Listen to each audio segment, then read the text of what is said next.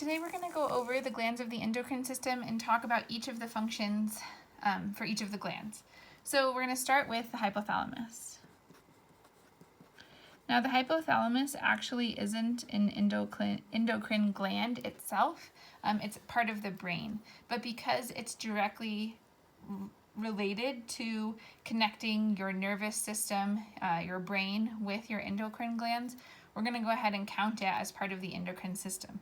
So it would be counted as both part of your nervous system and as part of your endocrine system. But we're going to see those links between the systems all over your body because different parts of your body need to communicate with other parts. So the hypothalamus is part of the brain, not a gland. And it is going to connect the nervous system to your endocrine system. It does this by producing a variety of hormones that regulate your endocrine glands. And regulate is just going to be a fancy word for controlling them to make sure that they work properly, and then also determining how much time do your endocrine glands spend doing a certain function. So it's going to regulate how quickly and how much they work. The next gland we're going to talk about is the pituitary gland. The pituitary gland is often called the master gland. And it's called the master gland because it produces hormones that control all the other glands of the endocrine system. So it's going to join the hypothalamus in doing the job of controlling all the other endocrine glands. So the hypothalamus is the part of the brain that does this, and then the pituitary gland is going to be the part of the endocrine system that does this. The pituitary gland is also responsible for controlling the growth hormone.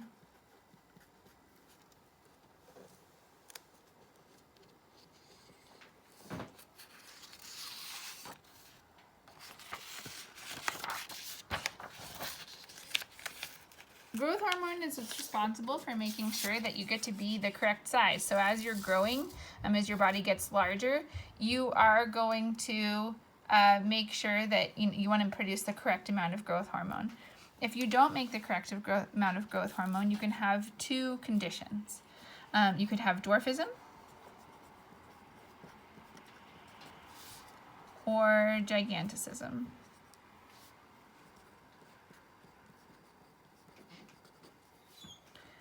Dwarfism is the result of too little growth hormone.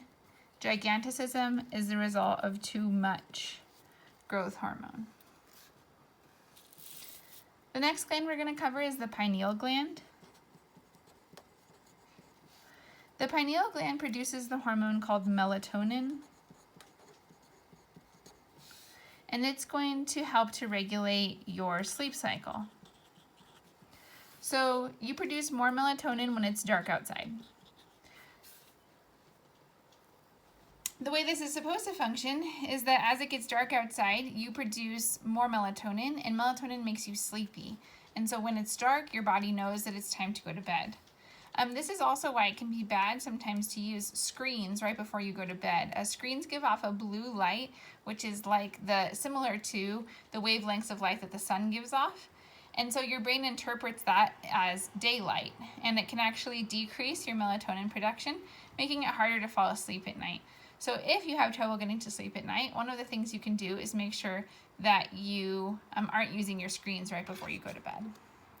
Then you make sure you turn out the light and sleep in a completely dark environment, and it should help with melatonin production. Another thing that helps with melatonin production is making sure that you go to bed and wake up at the same time every day. That can really help regulate your sleep and wake cycle as well, because your pineal gland is good at recognizing patterns in your body. Next, we have the thyroid gland. The thyroid gland regulates your metabolism. And metabolism is a fancy scientific word for the rate at which your body converts food into usable energy. So if you remember, your mitochondria can't spend all that food that you eat. It would be like you taking American dollars and trying to spend them in Japan. You'd have to go and convert them into Japanese yen before you could spend them. The same thing happens in your body. When you eat food, it isn't directly usable to your body as energy, so your mitochondria have to convert it into those smaller packets of energy called ATP. The thyroid is going to regulate how quickly that chemical process happens. So how quickly do you burn through your food? And your thyroid is regulated by things like exercise. Also, some genetics have a little bit of an effect on your thyroid. The amount of time you spend asleep or awake in a given day. And so your thyroid is trying to look at your body's needs and then regulate your metabolism based on those needs. Next, we have our parathyroid glands.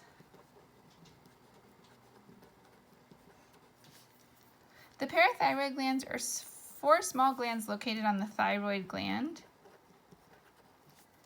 These glands produce, this one's pretty easy to remember, parathyroid hormone, named after the gland, of course. And parathyroid hormone helps regulate the calcium levels in your body. You need some calcium in your, I think I put an extra blank here, in your bloodstream to help your organs and muscles function, but you also need to store some calcium in your bones because that helps to strengthen your bones. This is why it's important to make sure that you have enough calcium in your diet so that you have enough to both support your organs and muscles with calcium in your bloodstream, as well as storing some of that extra calcium in your bones. If you don't eat enough calcium, then your parathyroid can actually borrow calcium from your bones to put into your bloodstream, and that can result over time in weakened bones if you continually don't eat enough calcium. The next gland that we want to talk about is the thymus gland. The thymus gland is kind of like the hypothalamus in that it belongs to 2 systems. So the thymus is part of the endocrine system, but it's also part of your immune system. And it's going to help the immune system by controlling white blood cells. So white blood cells are the cells your immune system makes to fight off infection. And so your thymus is going to help white blood cells in the body to become fully mature. Now, fully mature doesn't mean that your white blood cells stop telling knock-knock jokes. Okay? Fully mature means that they can recognize infectious particles that might enter your body, like bacteria and viruses, and then fight them off. So a white blood cell is mature when it can recognize an infectious particle.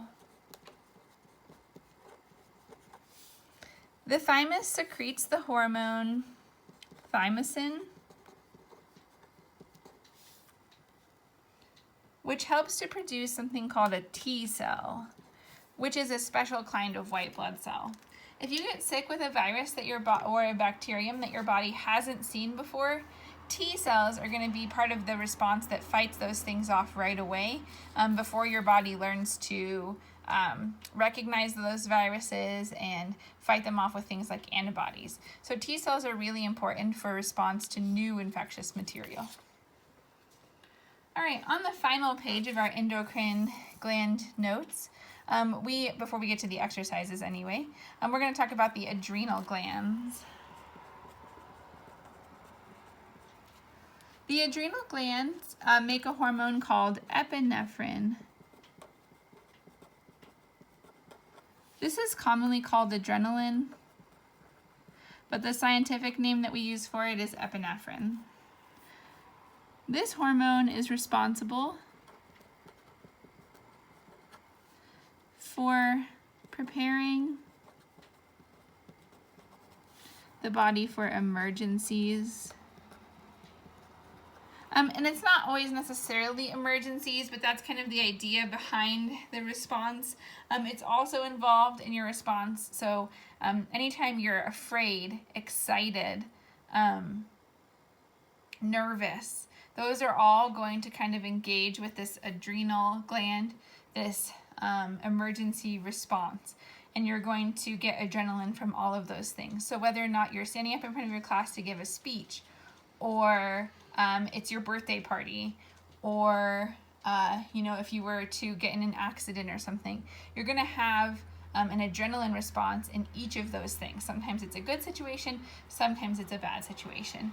But how you can recognize a response that's regulated by epinephrine or adrenaline is some of the following symptoms. So it's going to cause your heart to beat faster. It's going to cause your breathing to accelerate.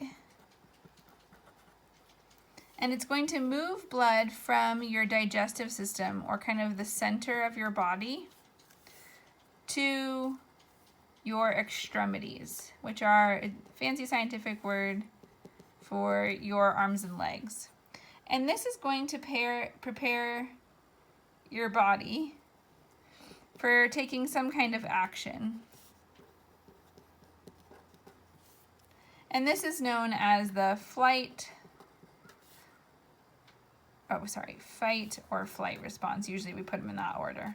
So this is called your fight or flight response. So let's present this scenario, right? Ancient man is walking down the pathway and he has just eaten a donut. Don't ask me how Ancient Man got a hold of a donut, but he did, because donuts are, of course, the most delicious breakfast. And so right after eating this donut, which his body is kindly working on digesting for him, he's walking along the path and he meets a tiger. Ah, so scary, okay? Now, this man's body has a choice. What is more important? Is continuing to digest my donut more important, or is fighting off this tiger that's standing in the path more important? Well, the body, smartly, right? If you waste time digesting the donut, it's not really going to matter because the tiger is going to be digesting you.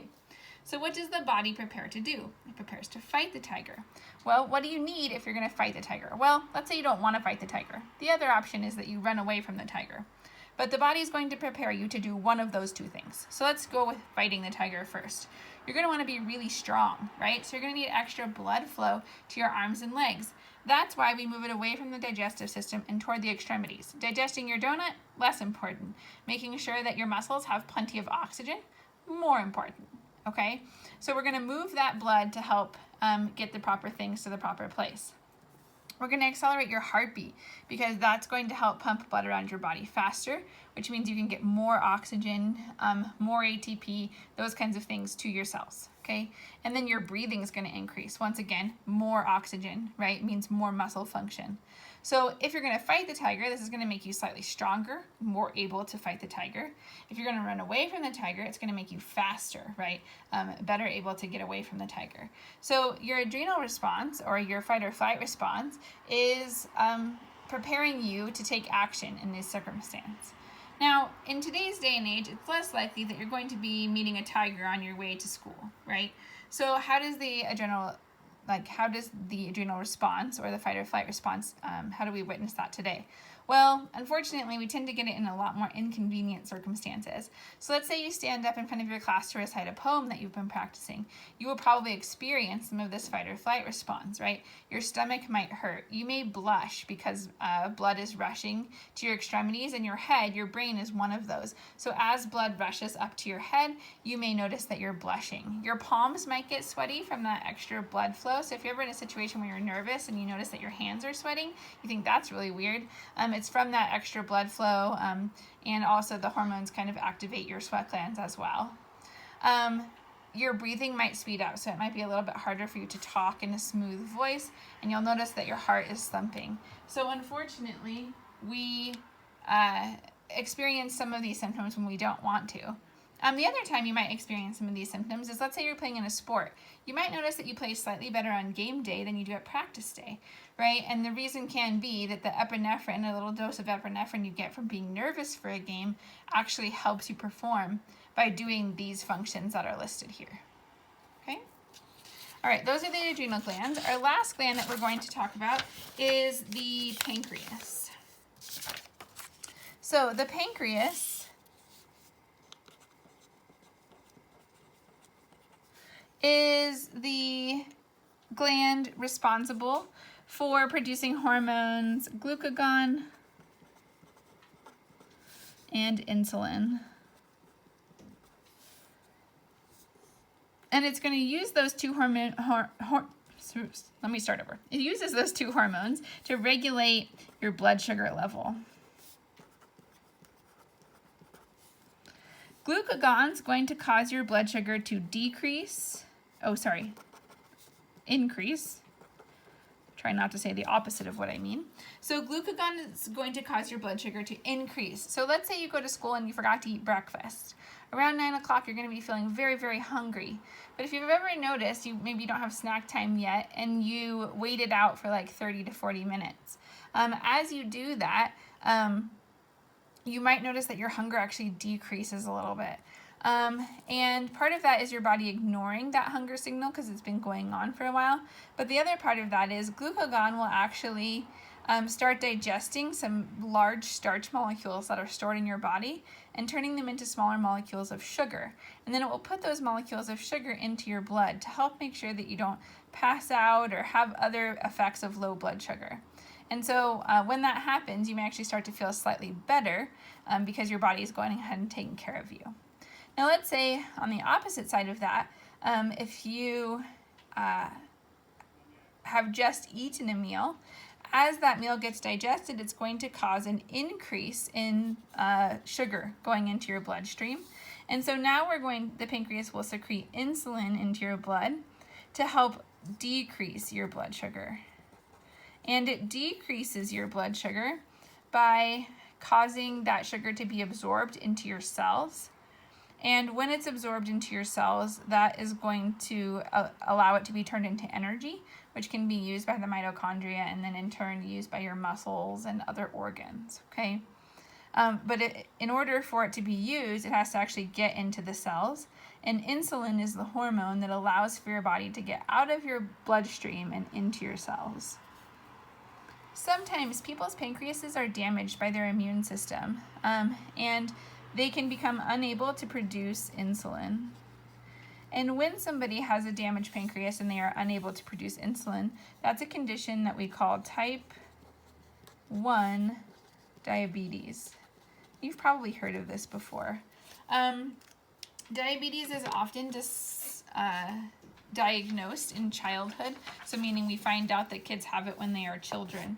And what usually happens is that somehow the immune system mistakes the pancreas cells for infectious cells, for things like bacteria and viruses. And so instead of protecting the body like it's supposed to, it actually attacks the body, and it can kill off the insulin producing cells in the pancreas.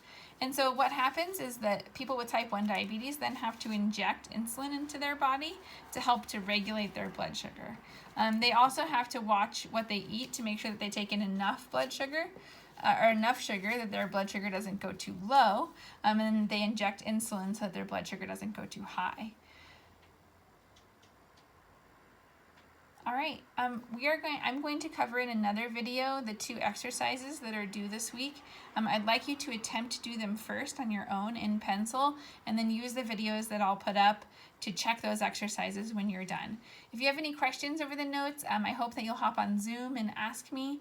And otherwise, I hope you've had fun learning about the endocrine system this week, and have a great day.